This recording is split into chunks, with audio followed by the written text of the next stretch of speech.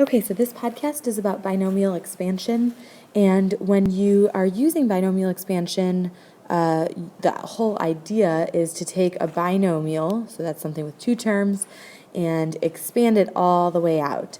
And so if a binomial is squared, it might be very simple. You could just multiply it out, distribute, FOIL, whatever you want to call it.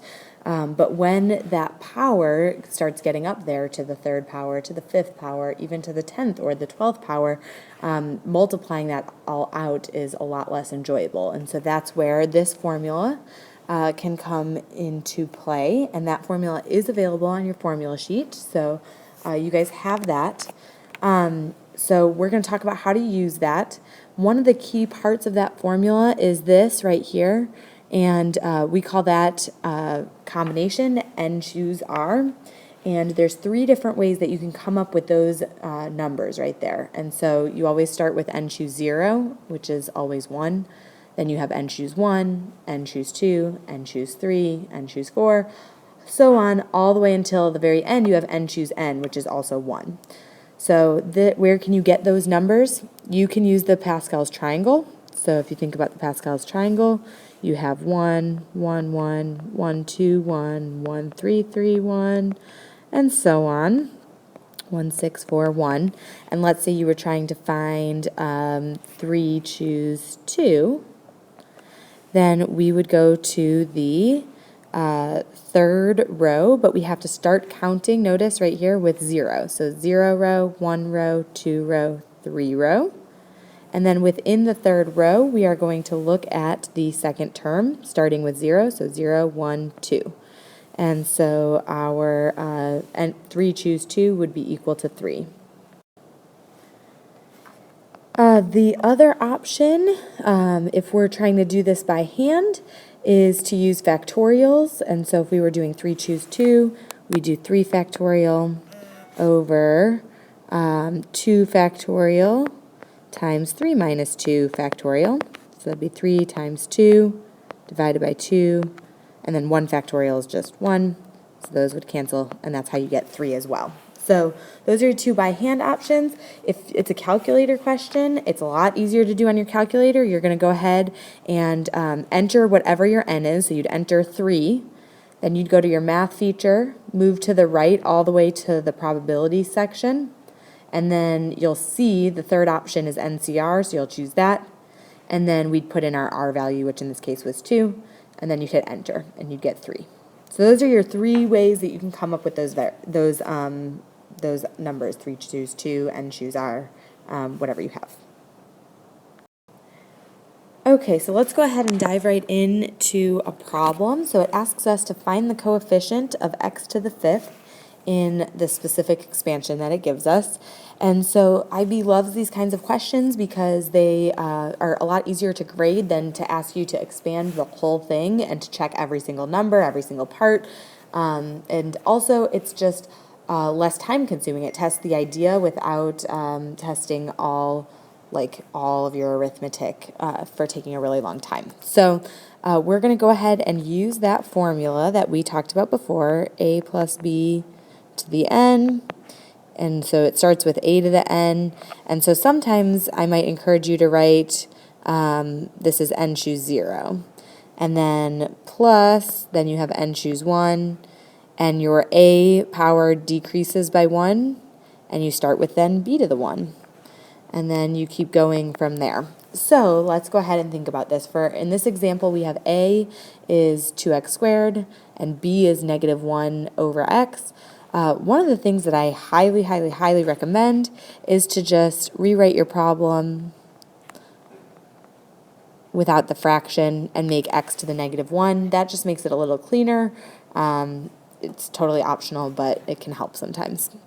So we are just going to go ahead and just start feeling this out. I would just start plugging in this formula and start seeing, and I wouldn't start evaluating every little thing until you know you found the right term, because really we're just looking for this specific term.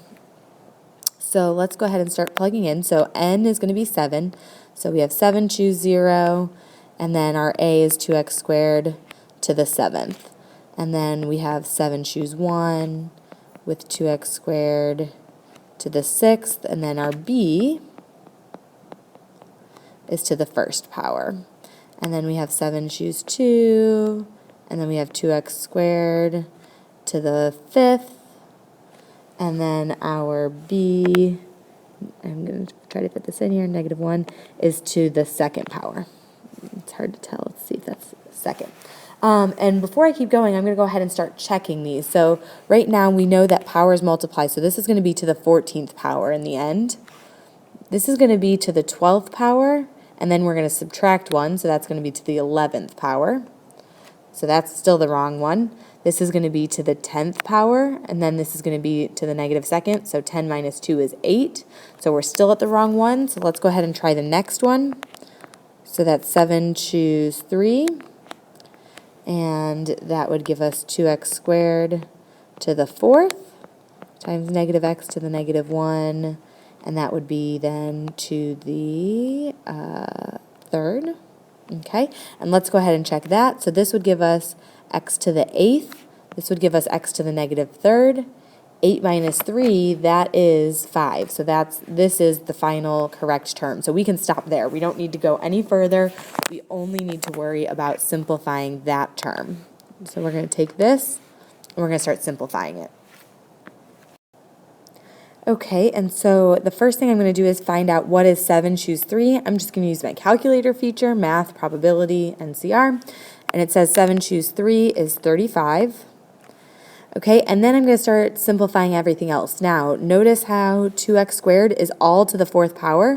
So that means that we have the 2 to the 4th power, as well as the x squared to the 4th power.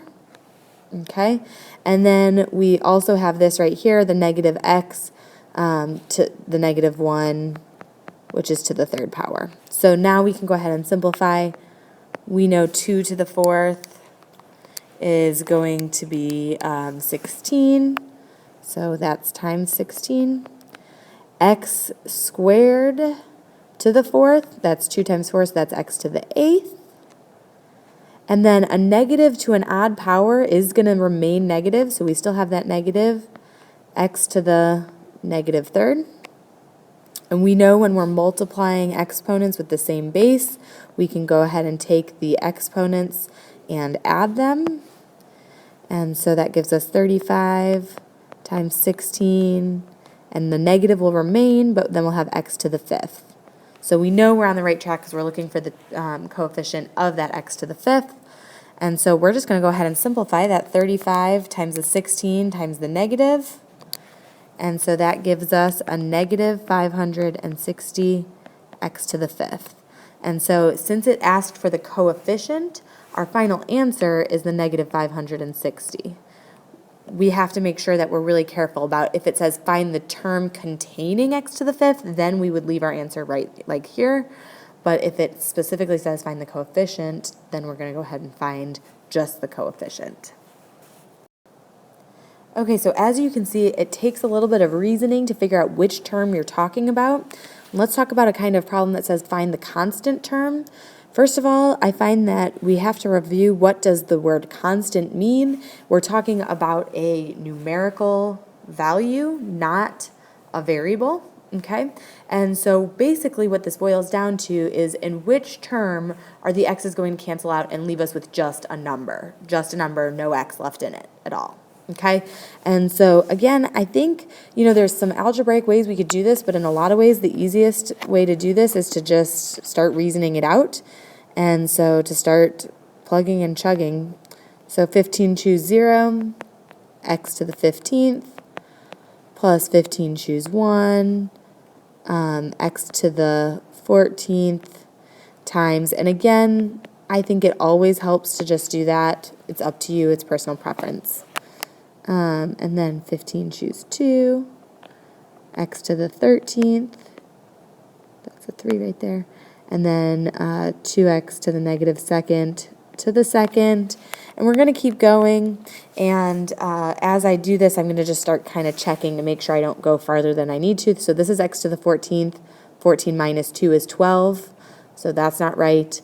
This is 13, and this is -4, so that's -9, so that's not right. So let's keep going. Then we're going to have 15 choose 3. That's x to the 12th, 2x to the -2nd to the 3rd. So that's going to give us 12th power and -6. So 12 minus 6 is still 6. We're looking for when we get 0 because we want them to cancel. So let's keep going. We'll have 15 choose 4, x to the 11th, 2x to the -2nd to the, let's see, to the 4th. Okay, so that means we have 11 minus 8. That's still not right, so let's keep going. 15 choose 5, x to the 10th, 2x to the -2nd to the 5th. So let's see, and that would be 10. This would be -10. Bingo, that's what we're looking for. So we can stop where we are and just work on simplifying that term. And if we found the correct term, those x's will totally cancel out and leave us with just a number. So the first thing we're going to go ahead and do is find 15 choose 5. Let's see. 15 choose 5 is 3003. X to the 10th is just x to the 10th. And remembering that this whole thing is to the 5th power, that means that we have times 2 to the 5th times x to the -2nd to the 5th. And so as we're simplifying, that's 2 to the 5th is 32. So we have 3003 x to the 10th times 32 times x to the -2nd to the 5th, which is x to the -10th. And so notice we did it right because x to the 10th times x to the -10th both go ahead and cancel each other out. And so all we're left with is this 3003 times 32. And that gives us 96,096. And that is our constant term. So this problem, we just had to do a little bit of reasoning to figure out which term had the x's cancel. So this last question we're going to look at is at a very high level, and so we're going to definitely reason through it. One thing I will say is if you absolutely have to, you could expand this all the way out and then distribute an x to each one and then a 3 to each one and look for all the terms that have x to the 5th in them and simplify. That would be a very long way to do it. It would take some time. If you had the time, why not? But there is a little bit easier way if you can just kind of reason through it. So knowing that we're going to take our final expansion of this and multiply it by an x and multiply it by a 3, that means that we are looking for the term that when multiplied by an x will give us x to the 5th, and the term from here that when multiplied by a constant will give us x to the 5th, because there's actually going to be two terms that are like terms that can be combined to give us x to the 5th. So that means we're looking for what would multiply by x to give us x to the 5th would be the x to the 4th term, and what would multiply by a constant to give us x to the 5th would be the x to the 5th term. So we're specifically looking for which possibilities from this binomial expansion will give us the x to the 4th term and the x to the 5th term. So we're going to start with that, and right now we're going to kind of not worry about this x plus 3. So we're going to go ahead and start expanding that 2x minus 1, and so we have 6 choose 0 times 2x to the 6th plus 6 choose 1 times 2x to the 5th times -1. And right away I'm noticing, okay, hey, we're getting our x to the 5th term here. So we're just going to go ahead and keep going until we get our x to the 4th term. So 6 choose 2 times 2x to the 4th times -1 squared. And here is our x to the 4th term. So we can stop at least what we're doing right now and worry just about these two right here. And we're going to go ahead and simplify those. So let's go ahead and see. 6 choose 1 is always going to be 6. And then we still have then 2 to the 5th times x to the 5th times negative 1. And then 6 choose 2 is going to be 15 times the 2 to the 4th times the x to the 4th times the negative 1 squared. And negative 1 squared is just 1, positive 1, so that's going to go away. Okay, so then 2 to the 5th we know is 32, so we have 6 times 32 times x to the 5th, and then times negative 1, so I'm going to go ahead and just put that negative there. And then we have 15 times 2 to the 4th, which is 16, and times x to the 4th. And so we have 6 times 32, that's our 192, x to the 5th, and then 15 times 16, that's 240, x to the 4th. So we really just needed the x to the 5th term and the x to the 4th term from this binomial expansion. We know that every term from this binomial expansion will be multiplied by the x and multiplied by the 3. So, and then we can combine like terms from there. So we are going to bring that x plus 3 part back, and we're going to end up multiplying that x plus 3 times the negative 192 x to the 5th plus 240 x to the 4th. And you have a couple options. Reasoning it out, we're going to go ahead and think about what would happen if we distributed. Okay? And when I think about distributing the x to the 5th, I know that's going to give me x to the 6th. And so that's kind of irrelevant for that. So I'm not going to worry about that. But when I multiply x times the x to the 4th, that is going to give us x to the 5th. So that x times 240 x to the 4th is going to give us 240 x to the 5th. And then when I multiply the constant times x to the 5th, that is going to give me 3 times negative 192 x to the 5th. And then when I think about my last terms, when I have a constant times x to the 4th, that's just going to give me x to the 4th, which is, again, irrelevant for this problem. So let's see, I can go ahead and simplify 3 times 192. So that gives me, I have 240 x to the 5th minus 576 x to the 5th. And notice those are like terms. So 240 minus 576 gives us negative 336 x to the 5th. And we have to be very careful of wording again. It specifically says find the coefficient. So we're not going to include the x to the 5th in our answer. It's just negative 336 is our coefficient. So there are a lot of different ways that IB can ask questions about binomial expansion, but the 3 we just covered are kind of the most typical that you would expect to see, and you can definitely look in your book for some more problems.